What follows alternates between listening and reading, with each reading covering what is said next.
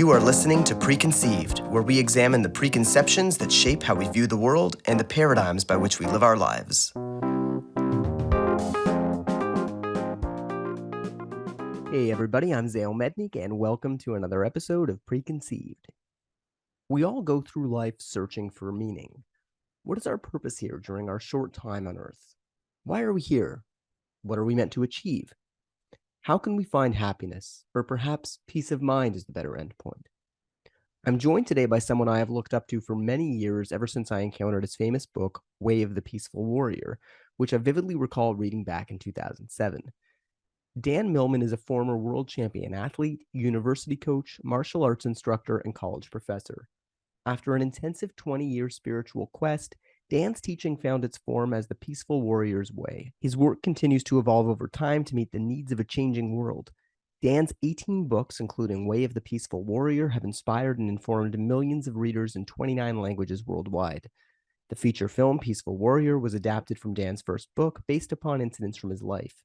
His most recent book, Peaceful Heart, Warrior Spirit, is a memoir chronicling the true story of his spiritual quest over the past decades of his life. He shares in detail his experiences with 4 key mentors he encountered over the course of his life: the Professor, a Bolivian scientific mystic; the Guru, an American-born spiritual master; the Warrior Priest, a martial artist and metaphysical healer; and the Sage, a different sort of psychologist and a servant of reality. In this book, he not only shares the wisdom he learned, but perhaps more importantly, he chronicles some of the challenging realizations he faced and ups and downs of his life that led him to where he is today. All right, so Dan Millman, welcome to the podcast. Thanks for joining me. Glad to be here with you, Zale. It's a real pleasure to have you on the show. I spoke about you briefly in the introduction there, but you've really been someone I've admired for so many years, and your work's really, really impacted me and continue to impact me, especially your latest book. I recall reading your first book back in 2007. I know it was published earlier, but when I read it, and I was in my college years, and it was tremendously influential. So it's really a total delight to have you on the show here. Well, thank you. And I really love the theme of your show, Preconceived. It's wonderful to even to be aware that we have preconceptions and what they might be. So thank you very much. That's why I do it. And I'll start off by asking you, you're very much a seeker, somebody who's been searching for wisdom and purpose and meaning, which you chronicle in your latest book and have chronicled in a lot of your books. What do you think is the biggest preconception that exists out there about finding meaning and purpose in our lives? Well, one of the 4 mentors I mentioned in my latest book, in this memoir, the Guru, used to remind his followers, ironically, that seeking only reinforces the sense of dilemma that sends us seeking in the first place. This not enoughness, that I need to be somewhere else, I need to be somewhere better. So I'm not a congenital or confirmed seeker anymore. In fact, I'm kind of relaxed into life as it is, as it unfolds. But there was a phase I went through, and it's a natural phase, and it's, I think, admirable in its way, like a hero's journey, of people who are seeking something more. Call it the transcendent, God's spirit, big picture, that there must be more than news, weather, and sports. And hey, maybe I'll discover one day all there are news, weather, and sports. But I don't think I'm going to end up with that realization at the end result. So I have explored, many different areas. And one of the preconceptions that I discovered with the 4th mentor of the 4 that I mentioned in the book, that this 4th mentor I call the Sage, he brought me back down to earth, because I'd been lost in the sky of mind, the metaphysical realms.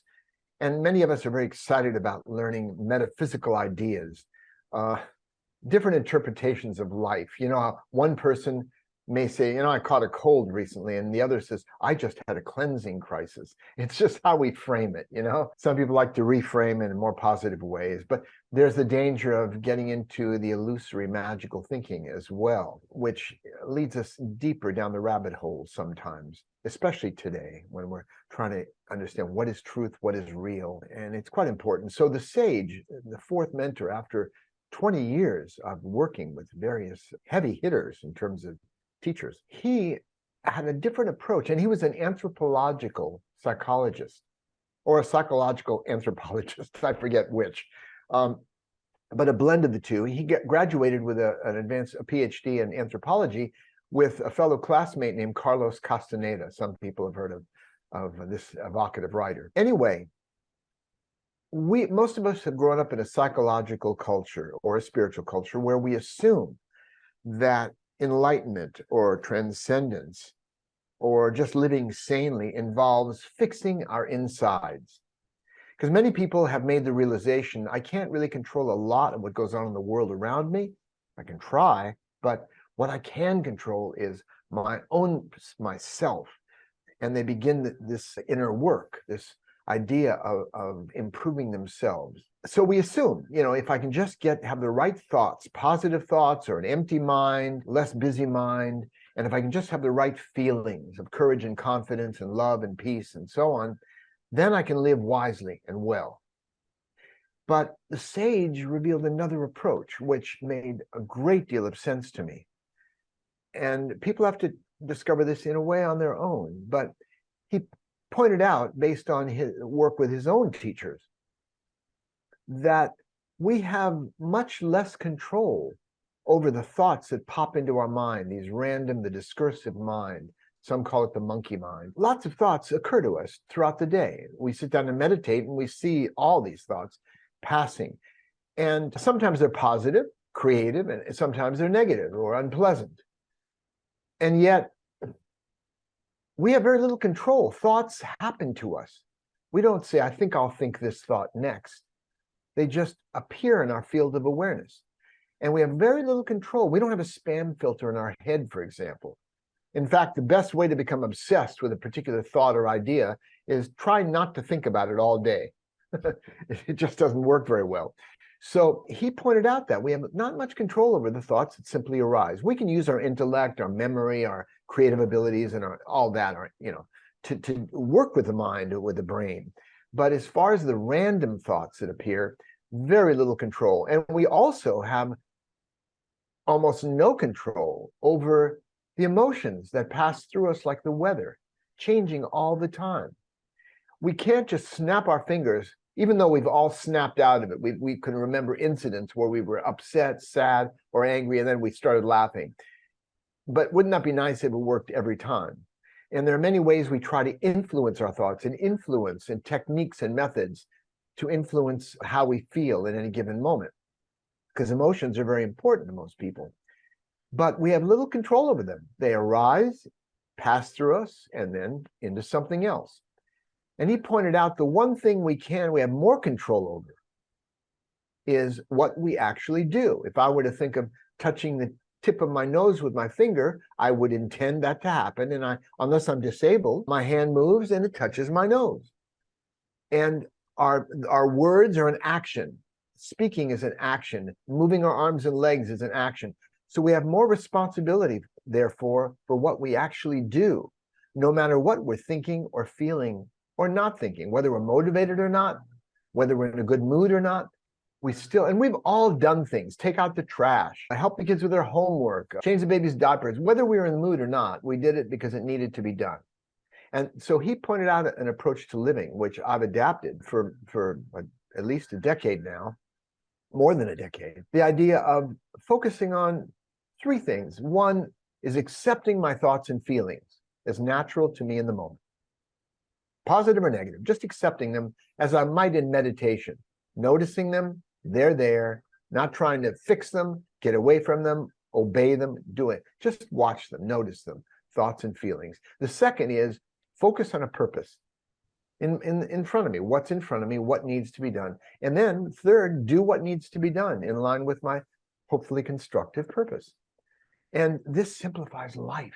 There was a writer named Barbara Rasp who said the lesson is simple, the student is complicated. And we seem to complicate everything. So this helped simplify my life. What do I need to do next? That is the biggest question of my life, because our lives are shaped more than anything else by what we do moment to moment. That's my presentation of this breaking through this preconception about I'm a seeker and I'm changing my inner world. And that's an endless, again, rabbit hole in some sense. It doesn't mean we don't want to do inner work, meditation, concentration practice. There's many benefits from doing inner work, but it's not the answer, because we still have to function in everyday life. So with that, That's a very good summary.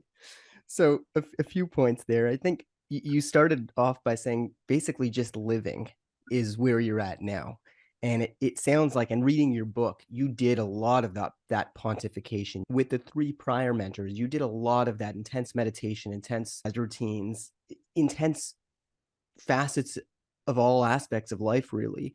But ultimately, maybe the message is, and there is no concrete message, that that's a good thing, but don't get too caught up in that, because at the end of the day, those are just thoughts, and thoughts are not really reality. And we need to watch those thoughts pass, like the sage said, and then just acknowledge, well, now I just need to actually live life and kind of not live in that space where I'm just continuously contemplating.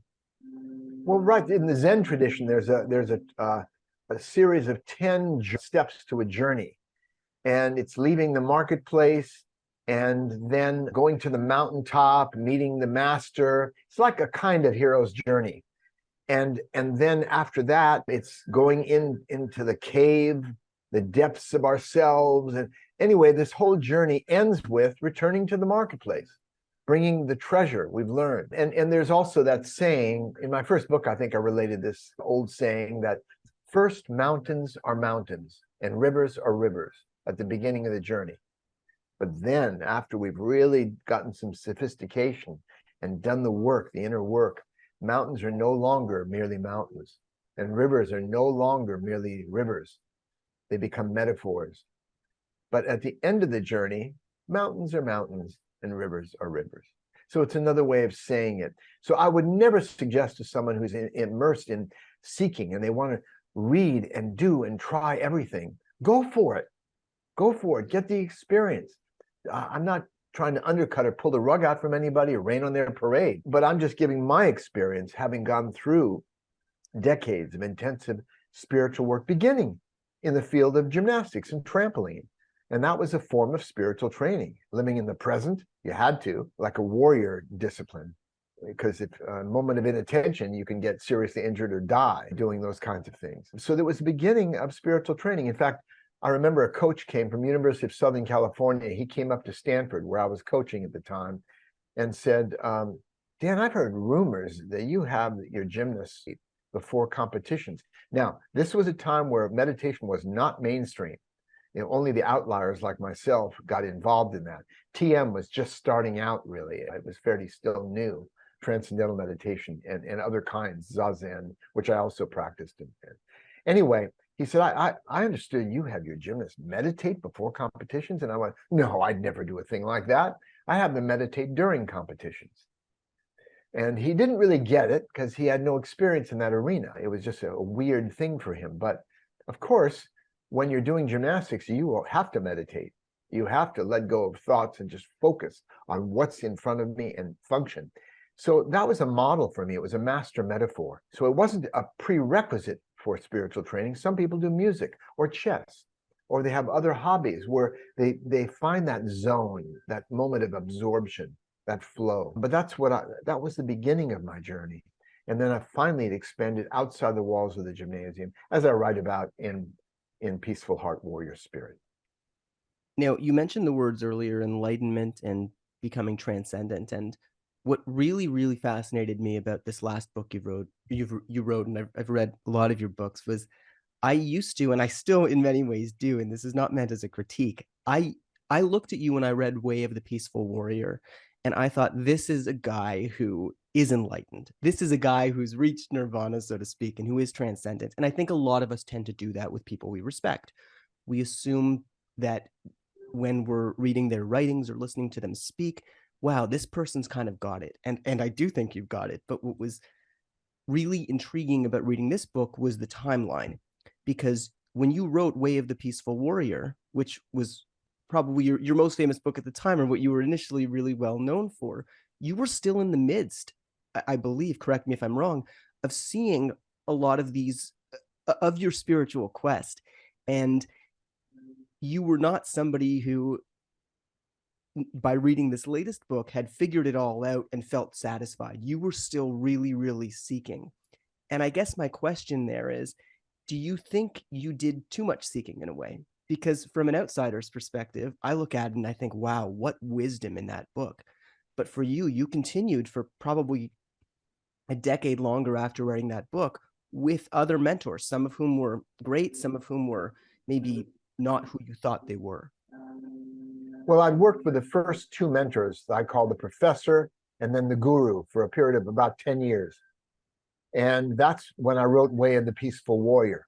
So I hadn't even studied with the second two mentors, who I wasn't even looking for at the time, but that just was part of my process. And so in a way, the roots, the spiritual roots were there.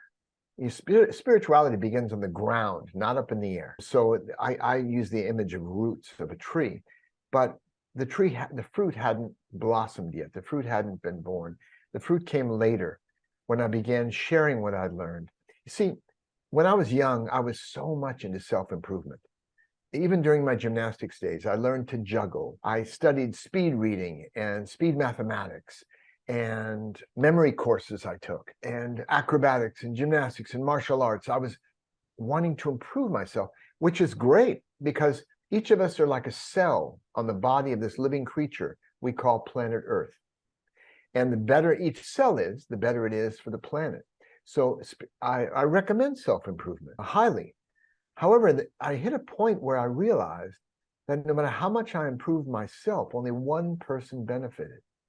But if I could somehow help improve the lives of many people, that made my life more meaningful. But I didn't know at the time how I would do that. It was only years later that I wrote my first book, Way of the Peaceful Warrior. And then I didn't write another book for 10 years. I believed I'd said what I had to say, which I did. But then new mentors came into my life, the warrior priest, and then the sage. And then I wrote almost a book a year. So I've written 18 books over a 40-year period. And I feel complete now. That's a culmination of my work, the latest one. And by the way, when the movie came out based on my first book, The Peaceful Warrior film, I decided many people were going to misunderstand from seeing the film, certain ideas. So I wrote a book called Wisdom of the Peaceful Warrior, which actually explained 25 years after the first book came out what the teachings of Socrates actually were from my perspective 25 years later. So you're right, I did continue to evolve and get perspective on what I had conveyed in that first book. And with the first book, Way of the Peaceful Warrior, is my most famous book, and that's what they made the movie over. But that's really the introduction to my work. And the rest of it followed and clarified, and they don't overlap very much. Each book had its own demands, its own messages, quite different from the others sometimes. But taken as a body of work, I feel satisfied. You've said a couple times that now you do feel satisfied and you do feel complete, sort of. It took you a really long time to get there. Yes. Some people listening to this, myself included, because I like to be, I think of myself as a seeker. I haven't gone to the same lengths that you have. But some people listening might say, well, if it took him so long to get there, practically, what should I be doing to embody what you said about living in the moment and just living based on actions, because that's what matters, but also exploring these other things like meditation or like some of these more intensive experiences on Yeah. the path of self-improvement. What's that balance there? And do you think that, yeah, what would you recommend being somebody who was so entrenched in that self-improvement? Well, I would say hopefully my example, my life, and that's why I wrote the latest book, the memoir, it had several larger purposes. One is a guidebook about the spiritual path and seeking. That's why the subtitle is The True Story of My Spiritual Quest. And one of the central tenets that I teach in this approach to living, I call the Peaceful Warrior's Way. And by the way, I consider you and everyone I know a peaceful warrior in training. Whether or not you might label yourself as that, everywhere I look, I see people who are seeking to live with a more peaceful heart, a sense of serenity, equanimity with the daily news and all the craziness. But at the same time, we need a warrior spirit in certain moments in our life not about fighting necessarily, except maybe with the inner demons of self-doubt, fear of various kinds. But it's more about standing up tall inside of ourselves and just marching into life, doing what we need to do. It takes a certain courage to live in this world and to love in this world.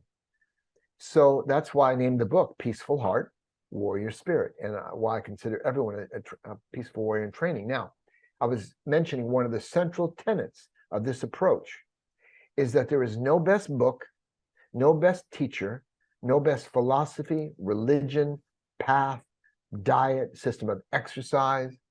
There's only the best for each of us at a given time of our life. Life is an experiment. We have to find out what works for us.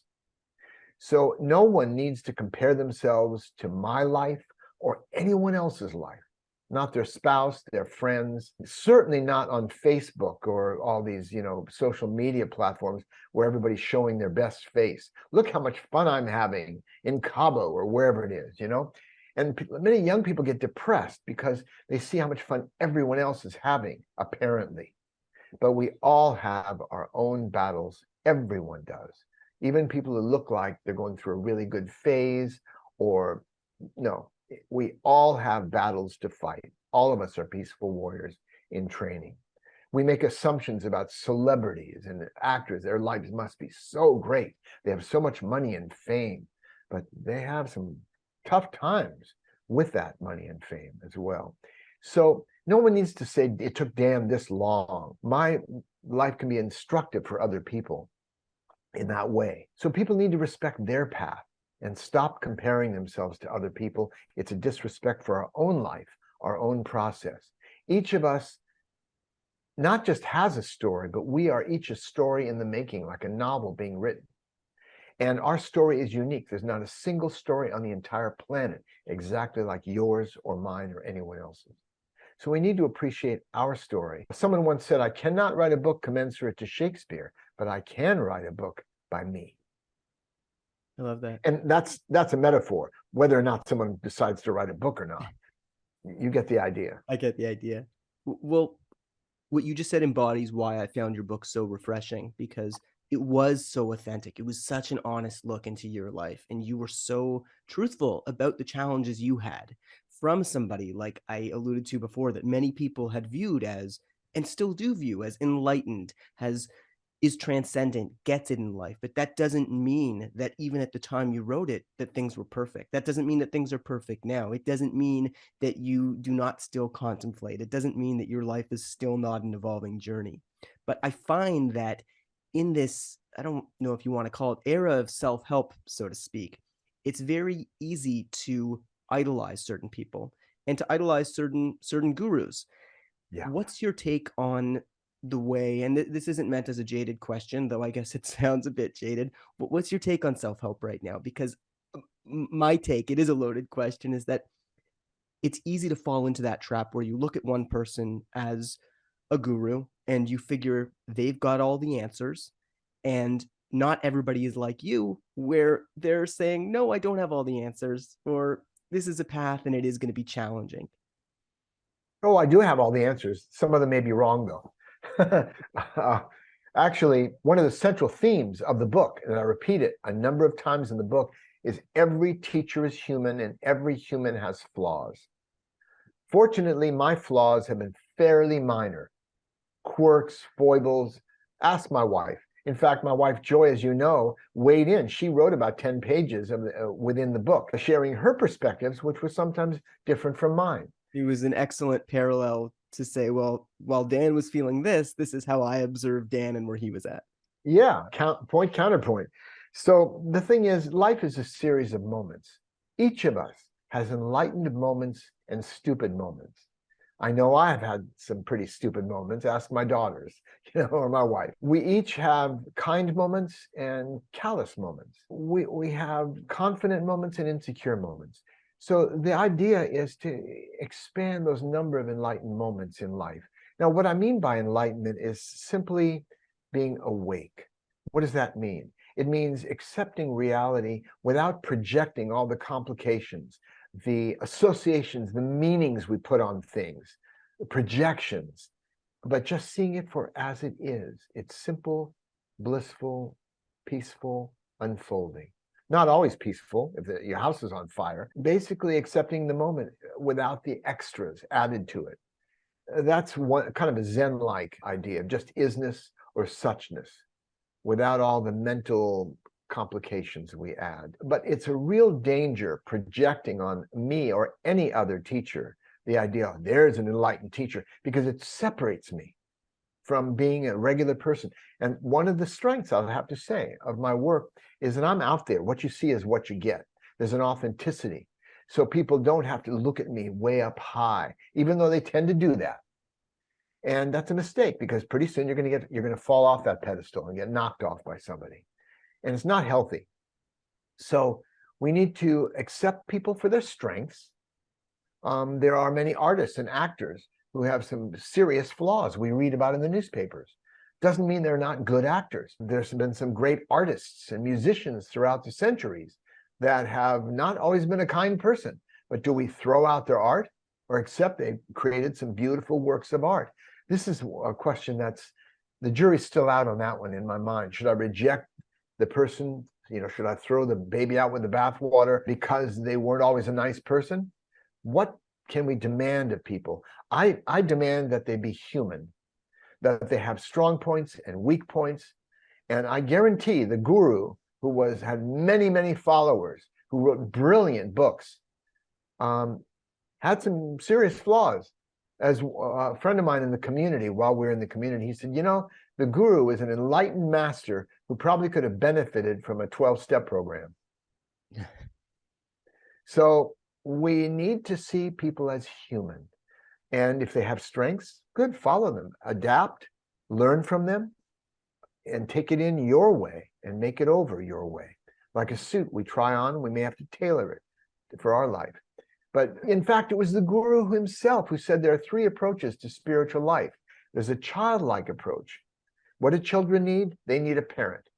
They need someone to guide them, tell them what to do, what the rules are, how to live.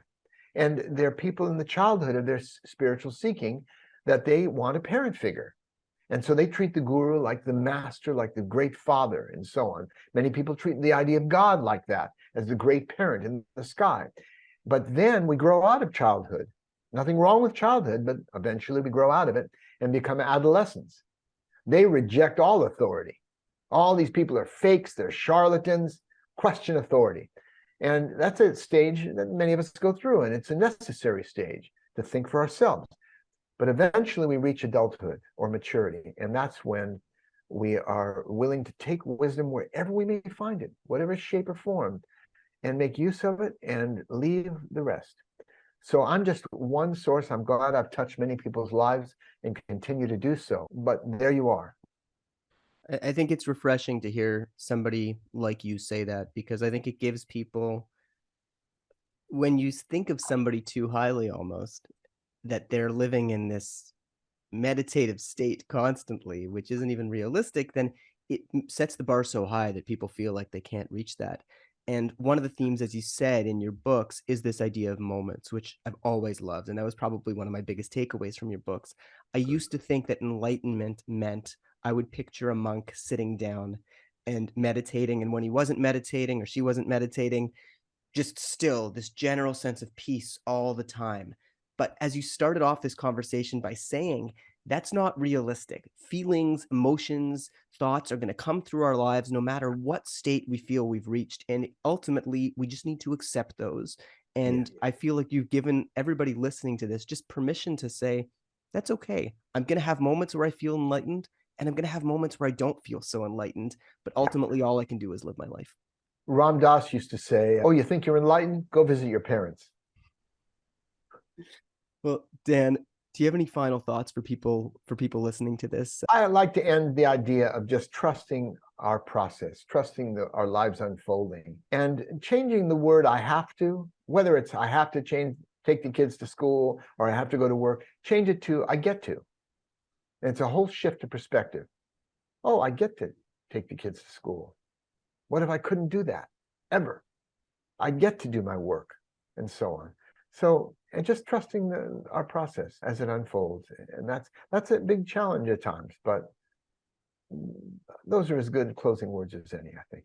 I think so. Well, Dan Millman, I am so, so grateful you spent this time. It's such a treat to me and the listeners of this podcast. Where can people learn? Obviously, your books are available all over the place. Peaceful Heart, Warrior Spirit. Spirit is your latest book, the one we've been mostly alluding to, which I read and I think no, I highly recommend to anybody. And all your other books are fantastic too. Where can people learn more about you and your Thank you, books? Zale, for asking. My website is peacefulwarrior.com.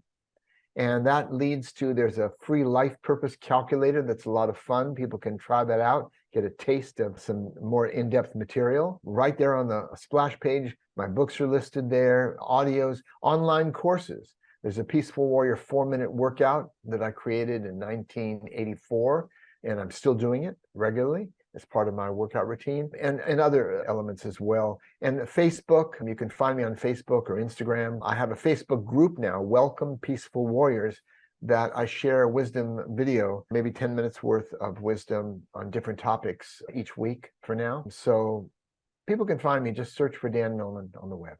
You're widely available, and I will put the link to your website and your books in the episode notes. Dan Millman, thank you so much for joining me. Oh, you're very welcome, Zale. It's been a pleasure. And thank you everybody for listening to another episode of Preconceived. Have a great day.